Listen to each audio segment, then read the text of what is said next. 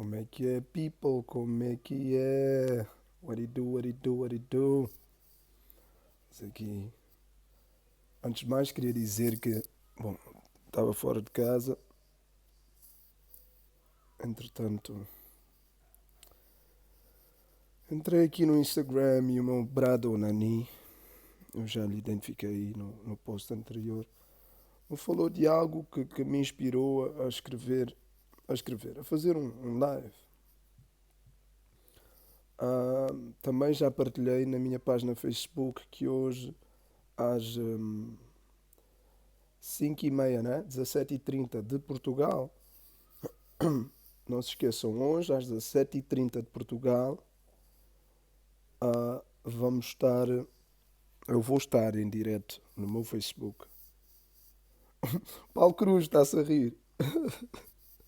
Paulo, eu vi aquela cena que me mandaste por acaso. Vi por alto, como estava a preparar aí para despachar para fazer o live. Está aí o da Cessi 79. Nani, nosso mano. Foi ele por acaso fez. Não foi nova. Eu já tinha ouvido isso várias vezes, já cheguei a essa conclusão várias vezes, mas existe uma data de pessoas que só me está a descobrir agora e é importante com elas também partilhar um pouco de mais do que só a intervenção ah, que eu vou fazendo desde que eu me conheço como mente consciente em relação a várias cenas. Gelson José Chevrolet, teu fã em Guiné. Blessings, brother. Blessings. Magnus The Original. Tu eras uma delas, não me conhecias? Ou és uma pessoa, és um homem ou és uma mulher? Bom, eu era uma delas, pessoa, mas bom, já compreendi. Isikanda, bless, ok? Eu queria começar este live a chamar os espíritos. Quem me segue sabe que eu sou um ser muito mais espiritual do que propriamente quem realmente segue-me de perto. Su, é Modi. Su não te respondia mais. Nada, nunca ouvi falar, sou um homem. Ok, Magno. Eu era conhecido por Celso Pipi, Magno. Celso Pipi. Mas eu estou a fazer este vídeo. Hoje vai ser um vídeo específico. Logo vamos aprofundar noutras coisas. Agora este vídeo foi o despertar ah, de alguma cena, ok? Dei-me só um momento, eu preciso de apanhar os meus óculos porque os meus olhos estão um pouco cansados, ok? Dei-me só um momento. Só um momentinho, não saiam daí.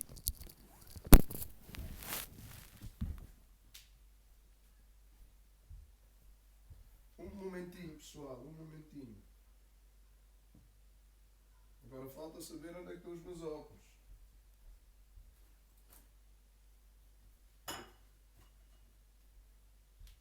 Estão aqui, estão aqui, estão aqui. Estão aqui, pessoal, estão aqui. Estão aqui. Não saiam daí, eu fui só apanhar os óculos. Deixem-me só limpá-los. Fui só apanhar os óculos, pessoal, deixem-me só limpá-los. Minha vista está cansada, ainda por cima estar a ver aí para um ecrã tão pequeno. Ok, já pus os óculos. Já estou geek o suficiente. Lenço na cabeça, Tupac shit. Mas bom, vamos chamar os espíritos. Chamar os nossos ancestrais. Vou cantar o verso de uma música minha. Chama-se Aleluia. Penso que está no YouTube. Celso Pipi não papava grupos. A nova versão raiz está a um nível superior em termos de maturidade. Exatamente, Nani. Foi exatamente para isso que eu ascendi para a raiz. Vá, vamos cantar. Vou cantar a música. Acho que ela está disponível no YouTube. Para chamarmos os espíritos, chamarmos os nossos ancestrais. Pormos aqui uma vibe. E depois passamos para o porquê de eu ter feito esse vídeo. Espiar passei olhão, nuvem tá a sorrir. Cima que era Deus que estava lá, tá a espiar para mim. Esfregar o olho então começa a te ouvir.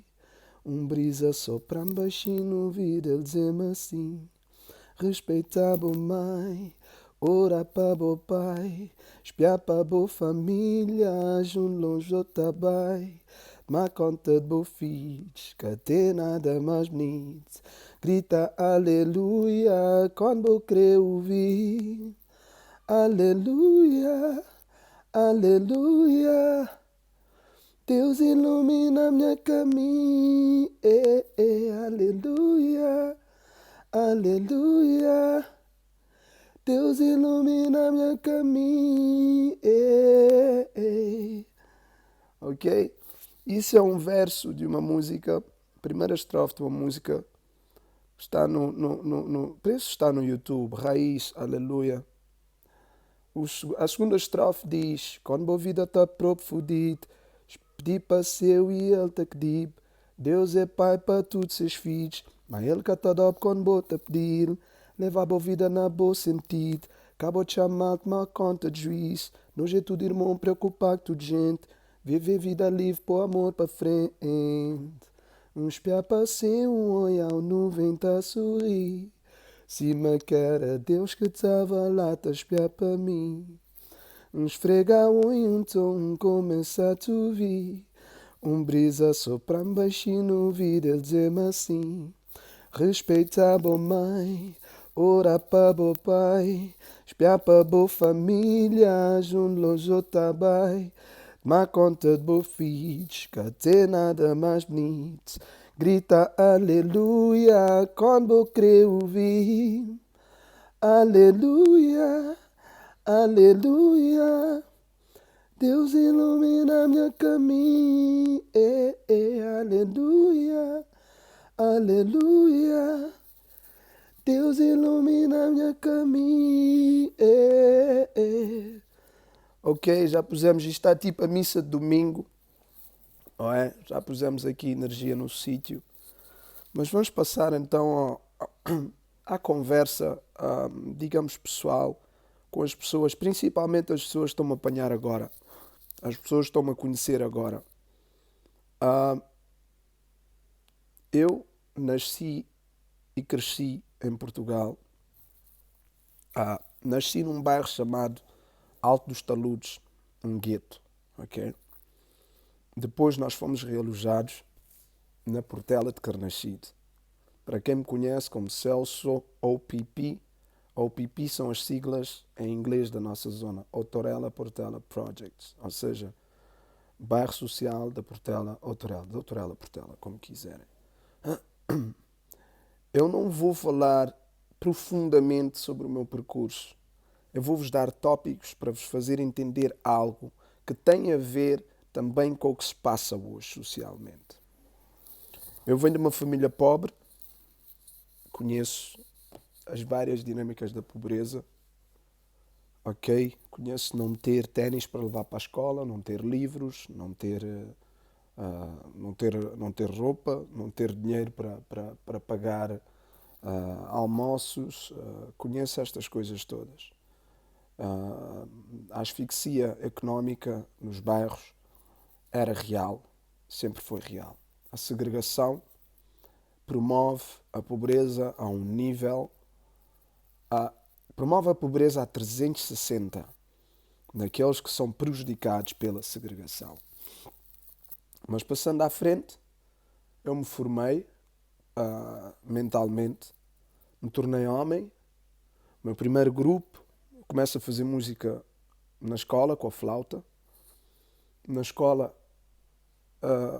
na disciplina música, a professora ficava muito impressionada com a flauta. Era tão pró na flauta que chegava a levar testes de músicas africanas para a pessoa, para a professora passar para o resto da sala, para o resto dos colegas.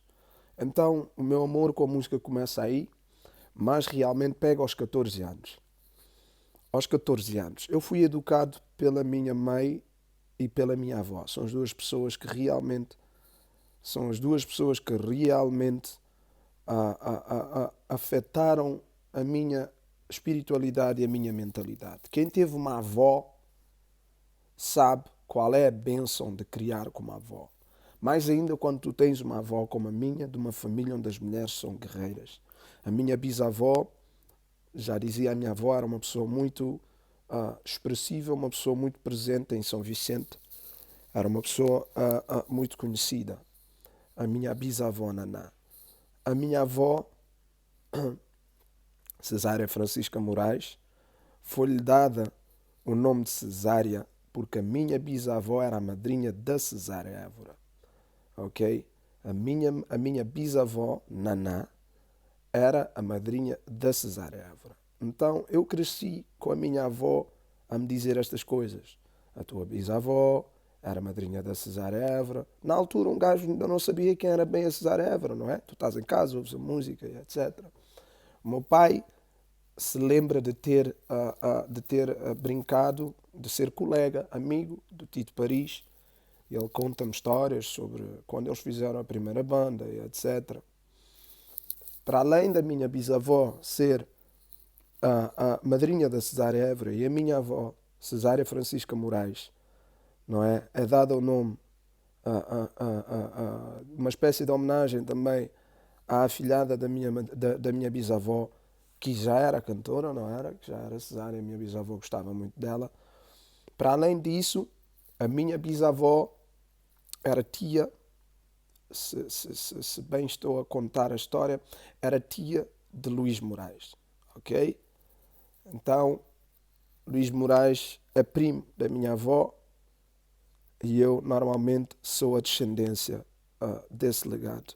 Aos 14 anos, eu fundamento, não é? Eu solidifico o meu desejo de seguir a carreira de músico.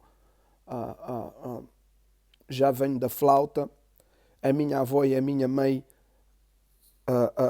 sempre a sublinharem, sempre a fortalecerem a minha mente de que na família existe um grande compositor, se não o maior compositor, não é? E um dos mais importantes da história de Cabo Verde, com o grupo Vozes de Cabo Verde, foi o primeiro grupo de Cabo Verde que leva a música de Cabo Verde para fora. E eu cresço com estas coisas, ok? É muito importante nós entendermos que a situação dos negros hoje provém da repetição de uma história de que eles não são ninguém, não é? A muitos negros é-lhes contado uma história, ou não é contado uma história sequer, não é? Muitos negros não podem se debruçar sobre o facto de serem descendência de grandeza. Eu acho que isso jogou bastante com o meu estado mental. Como um jovem, cresci com os problemas, com a vergonha de ser pobre, numa sociedade. Ouçam lá, crescer em Cabo Verde com dificuldades é uma coisa, crescer na Europa com dificuldades é outra, não é?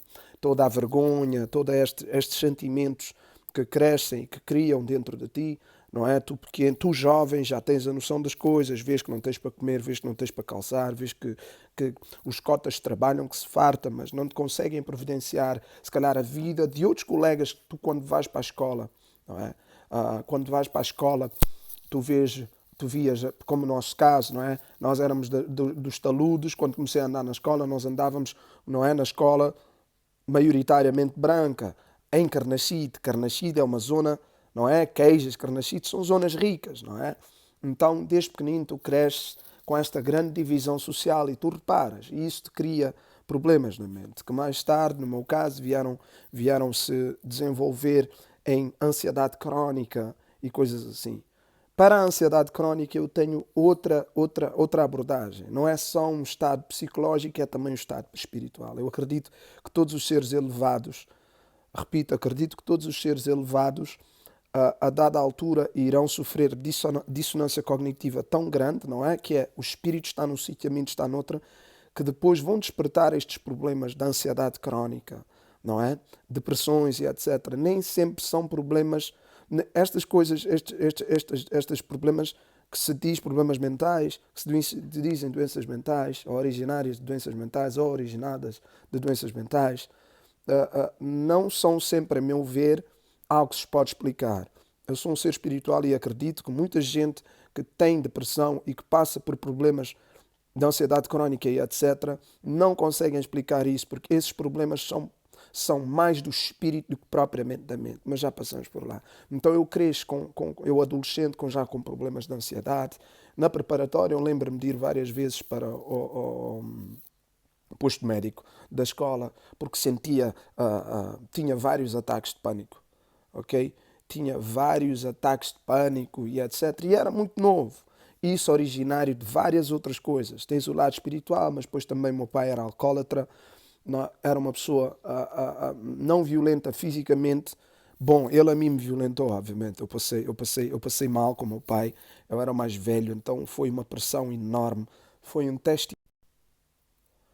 Desculpem, isto caiu, alguém me tentou telefonar. Estava onde? As depressões, e etc, etc. Então, já desde muito cedo, eu, eu tive que mergulhar dentro de mim para tentar encontrar os motivos e as razões pelas quais eu estava a passar por momentos de ansiedade crónica e pânicos no meio da sala de aulas e etc. Hoje eu já sei que eu sou um espírito elevado, que naquela altura ainda não o meu espírito estava a tentar me dizer quem eu sou, mas eu estava a viver num ambiente de depressão ambiental. Como todos os animais, quando estão num ambiente que não os pertencem, não é? Se tirares um leão da selva e pôres no jardim zoológico, ele vai sofrer a depressão ambiental. Não é? Ele vai ter vários tipos de depressão. Ainda por cima pegam e drogam-nos. Eu acho que muitos de nós, africanos, acontece isso. Ok? Nós não estamos no nosso habitat natural e, para além disso, nós estamos a ser oprimidos e suprimidos, não é? Estamos a ser acondicionados a um ambiente que vai nos privar de conhecer o verdadeiro potencial físico, mental e espiritual, não é? E muitos de nós jovens passamos por isso, nós jovens africanos, eu sei disso. Eu sei que muita gente, eu perdi muito público, digamos, caucasiano, brancos, porque tu não podes perder algo que nunca tiveste. O meu discurso não é anti-brancos, o meu discurso não é anti-brancos, o meu discurso é pró-black. Eu sei o que é que nós passamos, daí eu ser tão apaixonado nestes assuntos que têm a ver com a minha comunidade. Eu vim de um bairro pobre, ok? Eu vim de uma família pobre. Eu vi o meu pai e a minha mãe trabalharem todos os dias. Eu vi as promessas de Natal, da bicicleta que nunca cheguei a ter quando se disse que eu ia ter. Eu vi as noites de Natal e a mãe preocupada por causa deste conceito de consumo que nós temos. A mãe preocupada porque sabe que ela gostaria de dar um Natal diferente aos filhos, mas não os pode dar. Porquê? Porque trabalha na limpeza, não é? Eu vou-vos fazer, este vídeo vai-vos falar de mim e vocês vão entender porque é que eu sou assim. Minha mãe, na véspera do Natal, saía tarde, não é? Porque ela trabalhava nas limpezas, saía tarde. Então só na véspera do Natal é que a mãe vai comprar os brinquedos, não é? E obviamente ela não vai comprar os brinquedos numa loja, não é? Não vai comprar o Nico, aquele carro que anda bem rápido, não. Ela vai numa loja, quase como um chinês, comprar, fazer render o dinheiro, não é? Para simbolicamente fazer com que os seus filhos celebrem o Natal, não é? O meu pai, na altura, imaginemos na altura do Natal, a fazer horas extras e etc. Tudo isso, porquê? Porque estamos num sistema que promove um estilo de vida, que promove um ideal, promove conceitos e definições que, na verdade, se nós formos aprofundar, criam muito mais tristeza do que felicidade. Porque nem toda a gente, se nós vendermos que o Natal é essa época de consumo, não é? Que sempre nós fomos ensinados desde pequeninos que é, né? Fomos incutidos, fomos injetados pela televisão, por todo o lado, que é. O que acontece é que as pessoas que não têm as mesmas condições financeiras vão se sentir, de certa forma, inferiores nessa altura. E aí já começa o problema para a mente dos jovens, das crianças que não têm qualquer conceito sobre o que é dinheiro ou não e já conseguem ver a diferença que o dinheiro faz na sociedade, não é? E obviamente, dado que estamos a viver num sistema capitalista, digamos, a importância que se dá ao dinheiro faz com que o dinheiro represente alegria ou tristeza na vida das pessoas. Ok? Então, aos 14 anos, aprofundo mais, nós mudamos para a Portela de Carnachide, o Pipi. Eu tinha 9, 10 anos, não é? Dos 9 até aos 14. Conheço people que vem da Alto Santa Catarina, que vem principalmente da Alto Santa Catarina. Só mais tarde veio people da Lenfreira, Gato Preto, Miraflores e etc. Não é? Mas da Alto Santa Catarina, onde eu conheço o meu melhor amigo, o FET, Carlos Arafates Fernandes, no Facebook, para quem nos segue, onde eu conheço o Dori, onde eu conheço várias pessoas que vieram fazer parte da minha juventude e que vieram solidificar esta parte interventiva que eu já tenho no sangue, que vem do lado feminino da minha família. Não quer dizer que do lado masculino o meu pai é um revolucionário de outra forma, não é? São os dois de Cabo Verde, são os dois de São Vicente, mas eu me identifico muito mais com o meu lado maternal, porque é óbvio para quem nos conhece, quem conhece a minha família sabe que eu fui beber isto tudo na minha mãe e através da minha mãe, da minha avó, etc. Aos 14 começo a fazer música. Já no primeiro grupo, as pessoas tinham um problema em compreender a minha visão, não é? Estávamos a seguir a cena do hip-hop dos Estados Unidos, aquela cena que nós acondicionamos, não é? Acondicionamos aquela cena do hip-hop dos Estados Unidos, que nós acondicionados com a frustração e etc., depois transpomos isto para as letras, não é?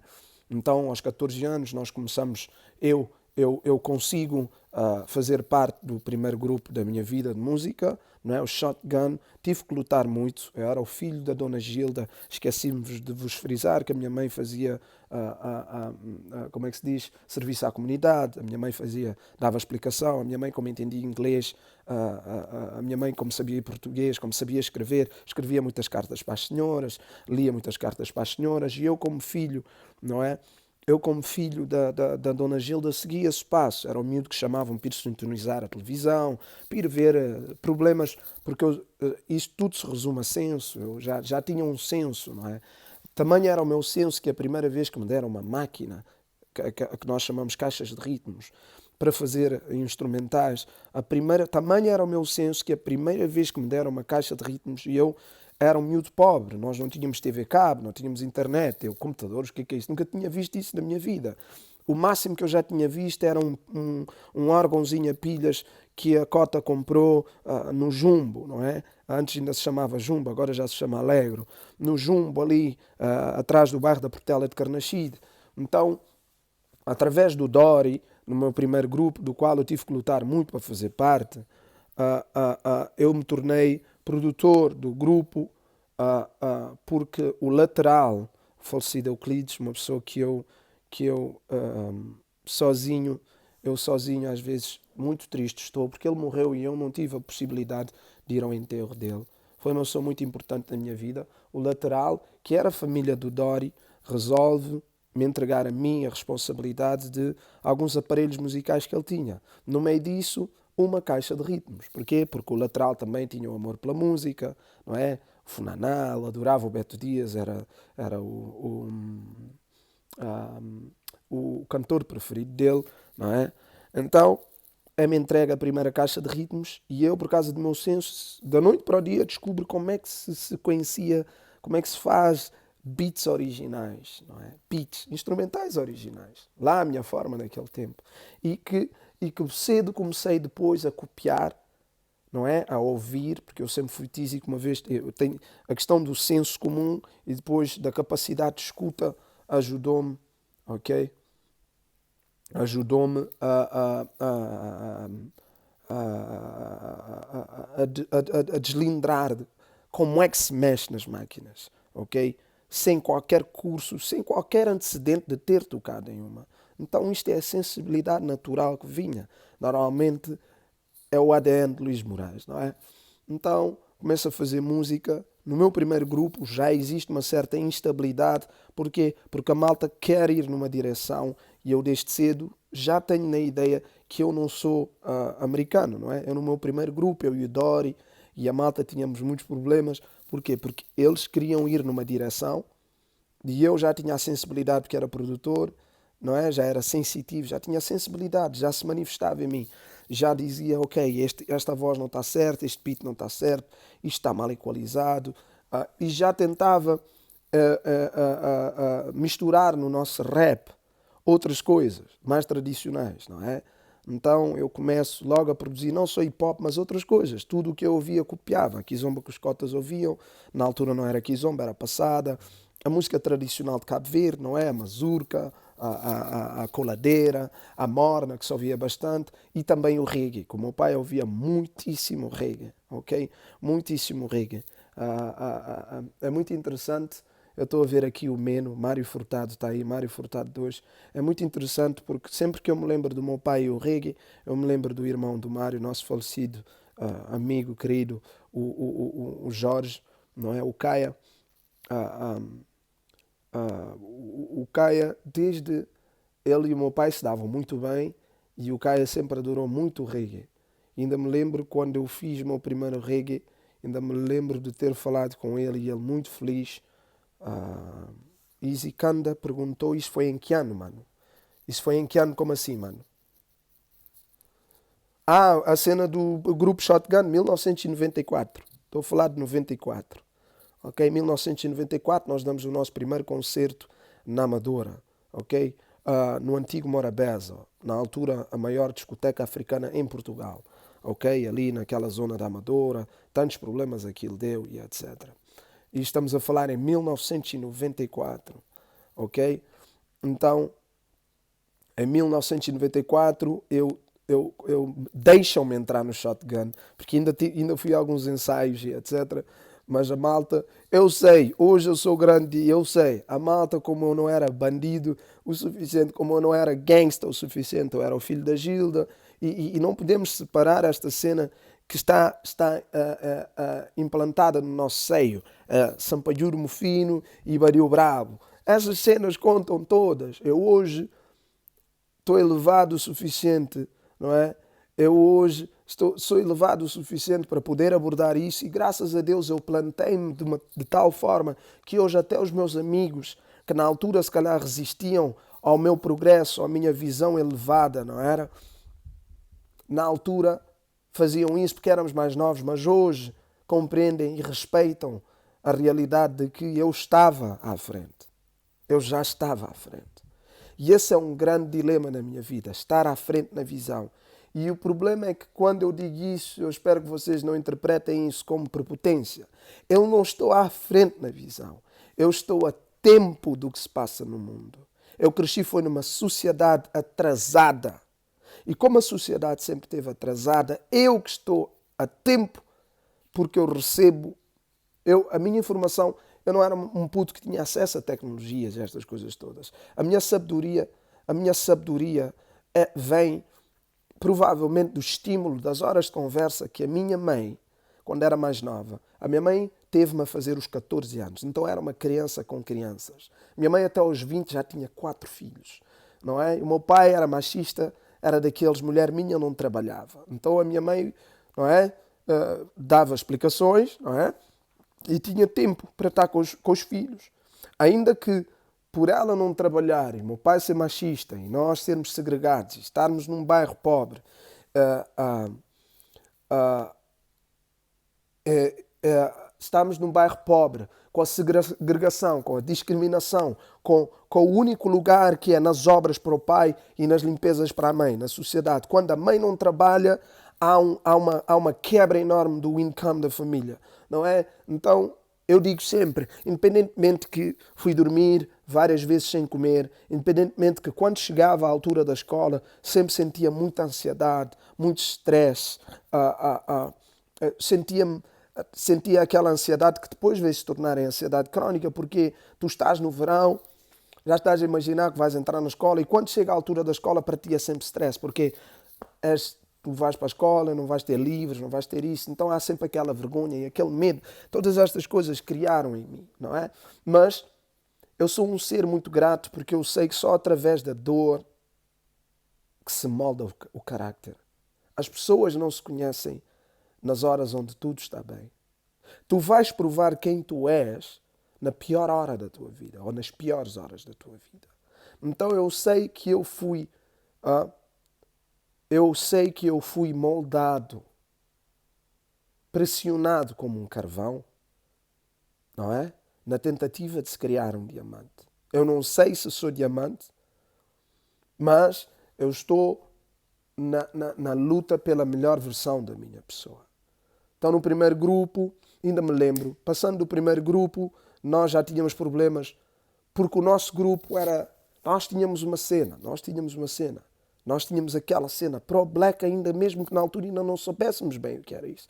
Nós já defendíamos o bairro, nós já defendíamos a sociedade. E nós éramos bem unidos, nós éramos super unidos. E como no meu bairro foi um misto de bairros, o meu bairro era um misto de bairros, nós tínhamos um grupo muito forte. Tão forte que quando o nosso grupo aparece, o Shotgun, ele provoca uma certa destabilidade no movimento que já estava implantado, porque nós fomos mesmo os miúdos, ok? Nós fomos mesmo aqueles miúdos que desde base a gente desafiou o status quo. Mas bom, não continua. O grupo depois sofreu metamorfoses, porque normalmente dentro do grupo as pessoas não estavam na mesma frequência do que eu, e eu sendo o produtor, tipo Dr. Dre, é muito importante que tenha o poder de liderar. E como eu tinha chegado no grupo, e o grupo já estava formado, ou seja, já tinha elementos, foi o Fat, o meu melhor amigo, que me ajudou a entrar, porque ele é a pessoa no mundo, fora a minha mãe e a minha avó, que desde cedo conseguiu ver em mim algo maior do que eu mesmo conseguia ver. Ok? O Fat é uma pessoa tão genuína na relação que ele tem comigo, que ele fica feliz. Fat é das poucas pessoas, ok? É das poucas pessoas que eu vejo que genuinamente me celebram. Não se esqueçam, crescer no meio pobre, como nós fomos acondicionados, faz que as pessoas queiram competir uns com os outros. Aumentem a competição, porque toda a gente quer ser o tal. Toda a gente quer sair do tal balde com os caranguejos, não é? Então toda a gente compete. E com quem vais competir, digamos, num circuito fechado como o bairro? Tu vais competir com o teu irmão, com o teu amigo, com as pessoas que tu gostas, e etc. Percebem? Então, o Fat é o meu melhor amigo por vários motivos. E eu prezo ele, eu amo o Fat. Porque ele desde sempre, eu sempre senti que genuinamente ele vai-me pôr à frente, não é? E vai-me dar o meu lugar, sempre. Ele sempre fez isso. Ele fez isso quando ninguém fazia. Ele se calhar fez isso quando eu não tinha a certeza que eu era isso. Hoje eu sei quem eu sou, parte de quem eu sou, não totalmente. Ok? Então, Shotgun, nós começamos os grupos, e eu sou filho da dona Gilda, da explicadora. Eu nas explicações era servido de cobaia para dizer o TPC, não para dizer as tabuadas e etc. Não é? 2 vezes 1, 2, 2 vezes 2, 4, 2 vezes 3, 6, não é? Então, a minha mãe desde cedo estimulou o meu senso comum, não é? A minha capacidade de reflexão, a minha intelectualidade. Eu não acabei a escola, por motivos também financeiros. Os meus pais não conseguiam sustentar 4 filhos na escola com os ordenados que tinham, com a pouca ajuda que o Estado português sempre deu às pessoas. E os meus pais nunca foram dessas pessoas de mentirem sobre a situação para poderem mexer no bolso do Estado. A minha mãe sempre foi uma pessoa digna e o meu pai também. Se calhar não há níveis para se dizer digno demais, mas para muitos, se calhar, os meus pais sempre foram dignos demais. O meu pai nunca se deu a fazer coisas ilícitas e ilegais para sustentar os seus filhos, e a minha mãe nunca se ajoelhou, não é? E nunca se humilhou perante a sociedade para que os seus filhos pudessem ter A, B ou C. A minha mãe nos educou a perceber que a vida custa, mas a dignidade é uma das coisas mais importantes de um homem. A minha mãe me incutiu identidade, ok? A minha avó incutiu-me estas coisas, não é? Estas outras, eu fui moldado por ferro e fogo, ok? E a energia que emana em mim é a energia feminina. Foram mulheres que me tornaram a pessoa que eu sou. espiritualmente. Depois, uma vez que a mente materializa, o universo sempre foi muito, muito generoso comigo. O universo apresentou-me das melhores e das piores pessoas possíveis. Eu sou um abençoado. O universo me apresentou homens em diferentes áreas da sociedade e estatutos com quem eu aprendi coisas. Eu não sou um estudioso dos livros. Eu estudo a vida. Eu sou uma pessoa que observa bastante. Fiz muita autocrítica. A autocrítica vem de sofrer sintomas que depois tu não tens medo ou vergonha de explicar aos outros por causa dos mitos que esses sintomas são pessoas malucas e A, B, C ou D. Então isso fez com que eu tivesse muito tempo dentro de mim. E a maior viagem que se pode fazer é dentro de nós. Dentro de nós. Portanto, eu hoje, quando analiso o meu pai, que era bem violento comigo, parecia que ele tinha um problema direto comigo. A minha avó dizia que ele vinha com os 7 demónios dele da rua, com o álcool, para vir me foder a cabeça. Eu passava mal. A minha mãe mesmo hoje diz, meu pai admite. Minha mãe, quando está a falar com os mais novos, está a dizer, vocês falam, mas o Celso, eu passei, meu pai era do tipo de pessoa que me batia só por me ver. Há qualquer coisa em mim que lhe irritava. E eu cresci com esse entendimento que as pessoas, desde dentro de casa, queriam que eu calasse. Meu pai dizia que eu tinha uma boca de bruxo. Tu e essa língua pintada, tu e essas coisas que tu falas, tens a mania que és mais perto de toda a gente, mas nunca vais ser ninguém na vida. Meu pai me dizia estas coisas. Não é? Quando eu descubro o talento da música, eu não sei se é por parte de inveja da parte do meu pai, porque estas coisas são comportamentos humanos. Meu pai é uma pessoa que eu amo muito. Atenção, eu não cresci para criar mágoa e estar contra o meu pai. A minha mãe me instruiu de tal forma que eu sou um filho que, pelo que passou com o pai, pelo que eu passei com o pai, se eu fosse aceder a outras coisas, se eu fosse aceder a menos elevação que a minha avó e a minha mãe me incutiram, eu hoje era um filho que não lidava com o pai. Mas eu há muitos anos atrás perdoei meu pai porque desde muito cedo eu fui autocrítico, eu sempre fui analista, eu sempre observei bastante. E depois fazia comparações com a sociedade. O hip-hop ajudou-me bastante. O hip-hop aumentou o meu sentido crítico. Depois o hip-hop faz com que eu perceba bem inglês. Ok, eu na escola era mega inteligente, gente. Eu era inteligente na escola mesmo. Eu tinha só boas notas. Aliás, eu quando saio da escola, nós saímos da escola aos 17, ok, aos 18, mas eu nasci aos 17, 16, 17, agora não me lembro bem. Vá aos 17, digamos. Quando eu saio da escola, para já nunca tinha chumbado. Ok? Para já nunca tinha chumbado. Quando eu chumbo, é por faltas. Chumbei o último ano por faltas e saio da escola por causa das condições. E aí já estava com outras companhias, nós fazíamos outras coisas, não é? Conhecemos outras dinâmicas da vida social a qual nós estávamos acondicionados e tudo isso ocupou espaço juntamente com a música, juntamente com as privações económicas que os meus pais sofriam, então eu não acabei a escola. A minha mãe chorou bastante porque ela queria que eu acabasse a escola e as pessoas do bairro me viam como um miúdo inteligente, então obviamente uma coisa que eu tenho que falar do bairro é que aquela energia do bairro faz mesmo falta. Eu devo tanto a tanta gente. Eu devo tanto. Eu devo ao Yaya, eu devo à Yaya, eu devo ao Fernando, eu devo à Fernanda, eu devo ao Josa, eu devo ao Júlio, eu devo ao Nelson, eu não sei se ele se lembra. Não é? Eu devo ao Lateral. Quem mais? Eu devo à Misé Badia. A Misé é cantora. Eu devo a tanta gente. Devo admiração. Porque eu devo ao Cacau, o meu, digamos, tiozão da vida. Eu devo ao Manecas, o meu mano mais velho da vida. Eu devo ao Sad, né? Ao Carlos. Eu devo ao Noel. Tem mais pessoas que apareceram mais tarde. Devo muito ao Adelino. Devo a pessoas que Umas fisicamente me apoiaram, outras psicologicamente, mentalmente, espiritualmente me apoiaram. Muitas vezes na minha vida eu me senti muito sozinho.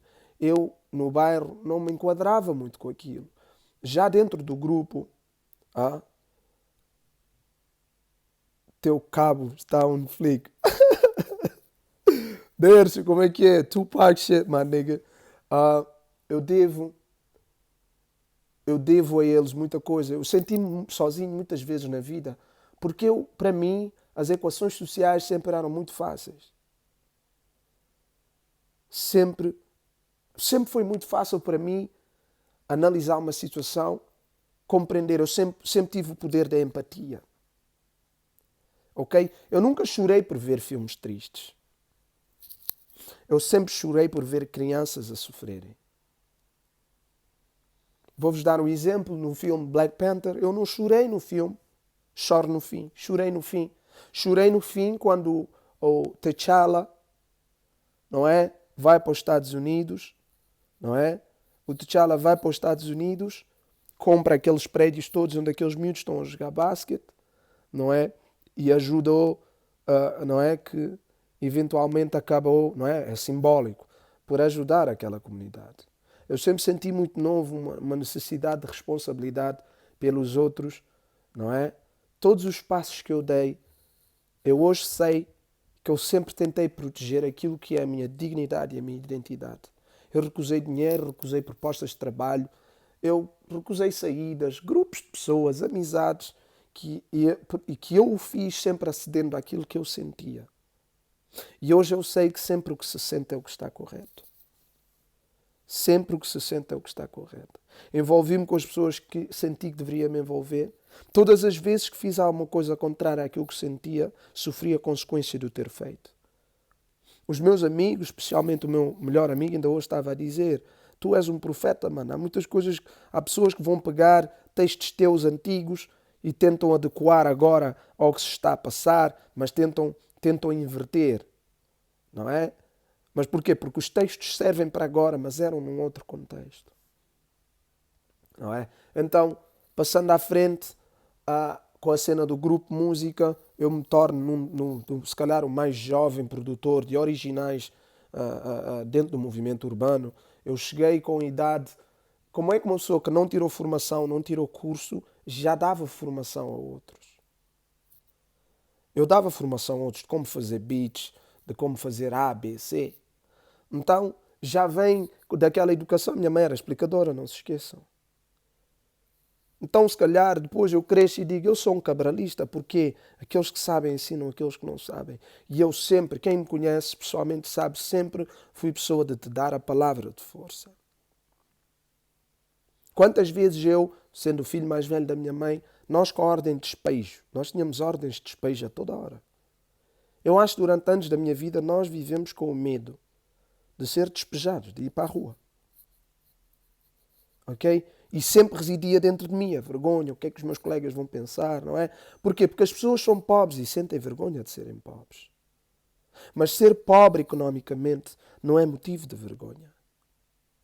Se vivêssemos num mundo justo, não haveria pessoas com falta de condições para terem o básico. E como nós não vivemos num mundo justo, esta manipulação toda depois faz criar seres que já de base já vêm com traumas. Eu cresci com traumas, eu tive que ultrapassar problemas graves. Demente. Já houve alturas que eu estava a criar fobia. Não é? Depois eu faço música, passo muito tempo fechado como produtor. Houve alturas que eu já tive a criar fobia. Fobia de ir a algum sítio, fobia de estar em público. É uma coisa que muitos dos artistas ganham, não é? Fobia ao público. E é interessante porque nós trabalhamos com o público, mas muitos de nós acabamos por ganhar fobias. Ok? Então, para além dos ataques de pânico, eu já estava a criar fobias.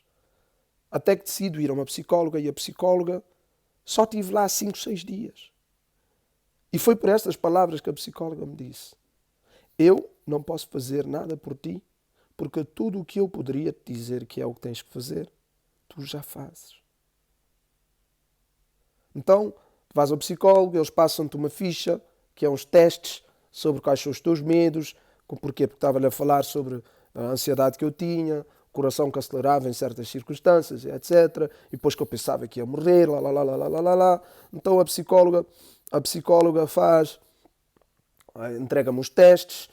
Os testes são do tipo, se estiveres ao pé de uma ponte, o que é que acontece? Sentes medo, lá, lá, lá, lá, lá, lá. Depois, se sentires medo, então, são os testes cruzinhas. Tu, mesmo assim, tu passas, depois de tu passares, o medo passa, estas coisas. E eu fiz o teste. E a médica chega no final e fica... Eu não posso, não há nada que eu possa fazer por ti. E eu tive muita sorte. Até a minha médica de família, quando me passa a psicólogo, para já a minha médica de família nunca quis me medicar com drogas. Porque na forma como sempre me comuniquei, parece que sempre passei a mensagem que fizesse que as pessoas entendessem que tudo o que eu estava a passar era temporário. Tudo o que eu estava a passar tinha uma origem que era maior do que qualquer outro problema físico. Minha médica me dizia, tu não tens problemas físicos, não tens nada. Tanto que a minha médica de família, que eu tanto gosto dela, a doutora Rosa, me recomenda a começar a fazer exercícios físicos. Eu já fazia, minha mãe sabe artes marciais, a minha mãe, durante algum tempo no bairro, juntava um grupo de mulheres e senhoras e iam correr até o Jamor e etc. Então eu já tenho a cena do exercício físico desde novo. A minha médica que depois diz, se calhar deverias fazer algo mais pesado e etc. Tanto que houve uns anos na minha vida que eu parecia o 50 Cent, até mesmo dentro da cultura do hip hop, na Tuga, eu era big, não é? Então eu começo a controlar esta minha ansiedade e esta minha energia toda com educação, com ginásio e etc. Mas sempre tudo muito natural, porque o meu corpo nunca assimilou drogas. Eu fumei ganza contado nos dedos.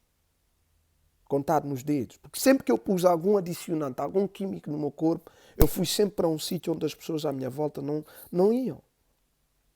Os meus colegas fumavam picas e ficavam nice. Eu fumava um pico e parece que o meu sistema não permite certas coisas. Tanto que eu brinquei com o álcool. Eu comecei a beber e a fumar já tarde. Atenção, os meus cotas fumavam, a minha avó fumava. A minha mãe, da noite para o dia, decidiu largar o cigarro. Da noite para o dia. O meu pai não largou, mas devido a condicionamento, os médicos lhe disseram tens de largar de beber e também largou de beber. Eu fumei contado na mão, ok? Uns aninhos, contado numa mão, e não sempre, e não fumei tipo contínuo. Era mais uma cena social, estar no estúdio, fumar e tal, fumar aquele cigarro, beber aquele whisky. Tanto quando eu comecei a beber, comecei logo a beber whisky, não comecei a beber cervejas. Mas para perceberem que há certos sistemas, eu acredito que há pessoas que não são pessoas. Eu acredito que existem pessoas que têm um espírito tão específico que enquanto tu não respeitares a frequência, enquanto tu não sintonizares o teu corpo à frequência desse espírito, tu vais ter problemas que se vão se manifestar fisicamente. Vão se manifestar como ansiedades, depressões e outros problemas quaisquer. Por exemplo, eu durante algum tempo achei divertimento em beber, não é? E tinha sempre um problema, que diferente dos meus colegas, eu não consigo vomitar. Ainda há pouco tempo apanhei uma gastrite e estava fedido porque eu não consigo vomitar. Eu vomitei uma vez na minha vida, que eu me lembro. Uma vez. E não foi vomitar que me fez sentir bem. Parece que o meu corpo é uma cena muito específica. Então, eu andei a brincar com álcool há algum tempo. A consequência disso é que eu contraí um problema dos intestinos. Eu hoje já sei que eu contraí o problema dos intestinos porque estava a pôr droga no meu corpo. E este problema dos intestinos que eu tenho, os médicos não sabem encontrar, não sabem identificar, mas eles identificam isto muito com o sistema central nervoso, não é? Então adicionam isso, eles adicionam isso à ansiedade crónica que eu sofri, não é? Ao estado psicológico, que o meio ambiente que me provocou um stress, que me provocou situações que se libertam químicos no corpo que depois prejudicam a própria saúde. Entendem o que eu vos estou a dizer? Então pronto. Eu, com a cena da música, bué aware, sempre por dentro de mim, porque a ter problemas, imaginem, eu tinha que viver várias vidas. Tinha que viver a vida da rua que era a vida feliz com os meus colegas e etc. Depois tinha que viver a vida de casa, que era a vida atribulada, que às vezes não havia. O meu pai era uma pessoa muito complexa, muito difícil, não é?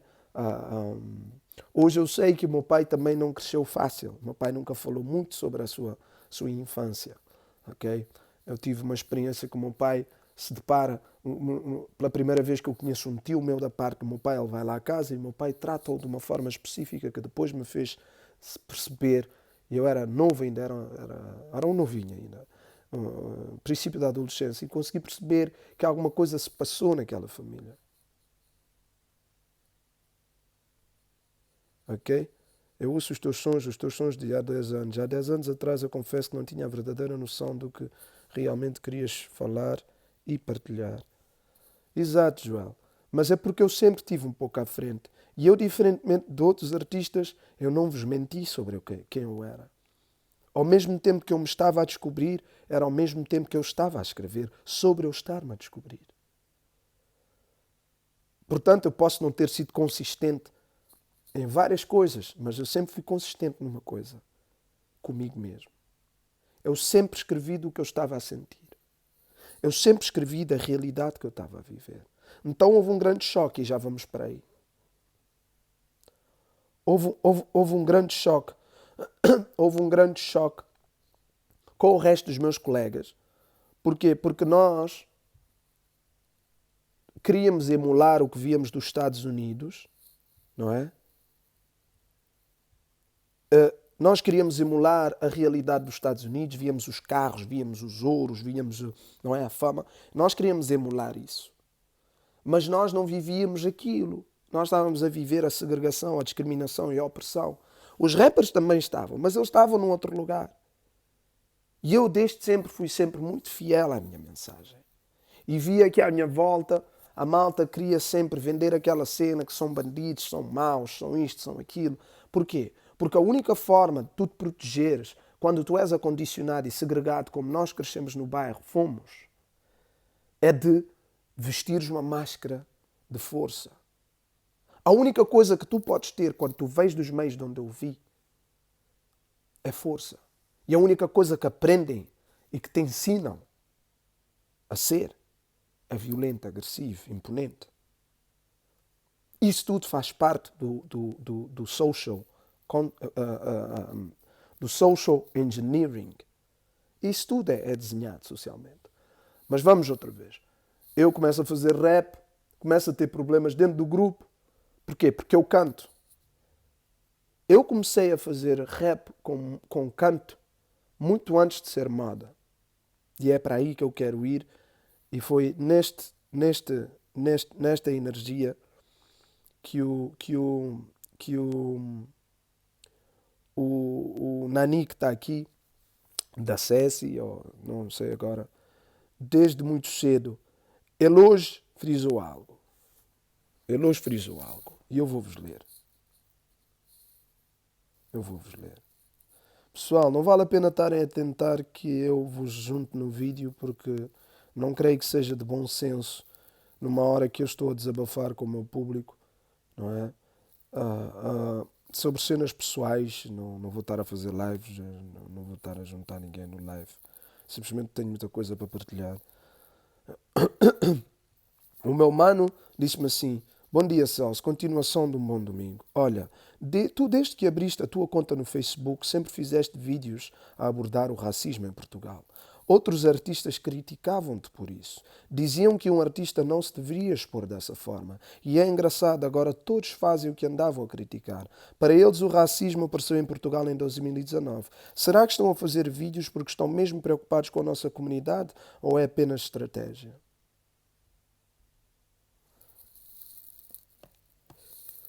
Então, eu agora não estou a ver o Mendes quem é.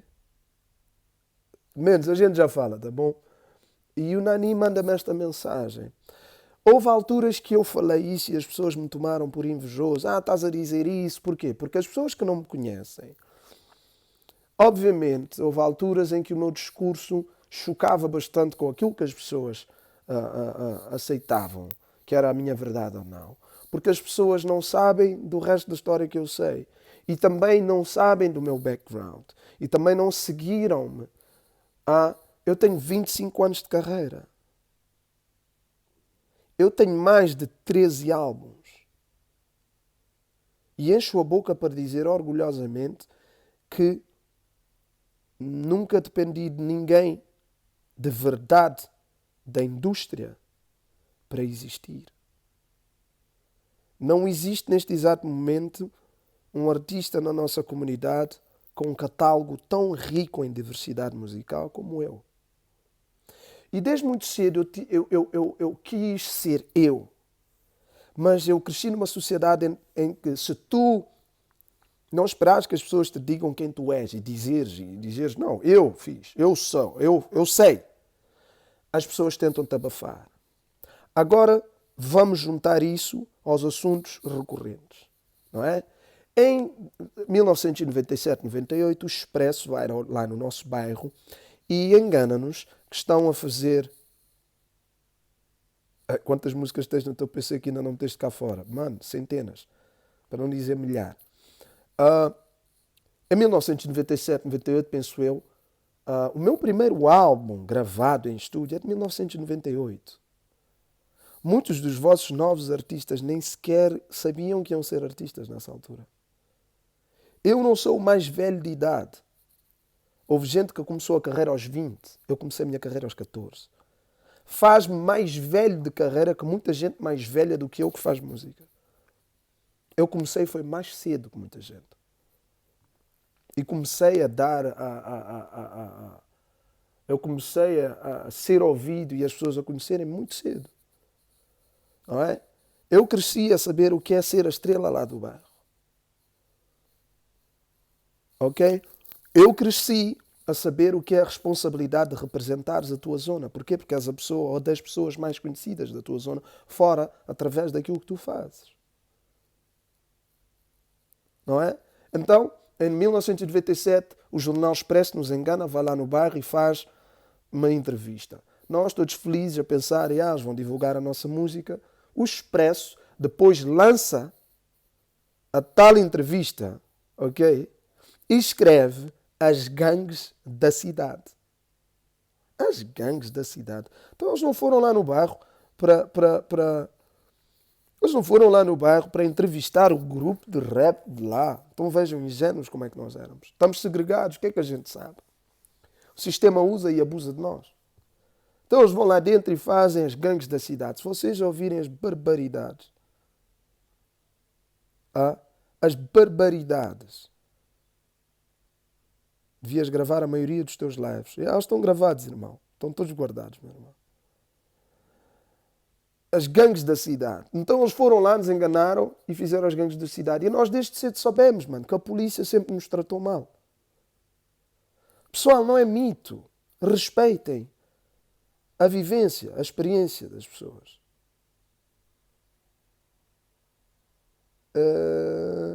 Pessoal, aqui está a dizer que eu tenho 1 minuto e 50 só. Eu vou fechar este live e vou abrir outra vez. Ok? Vou fechar este e vou abrir outra vez. Eu ainda não percebi, mas acho que há um limite para se estar aqui. Vou fechar este e vou abrir outra vez, ok? Até já.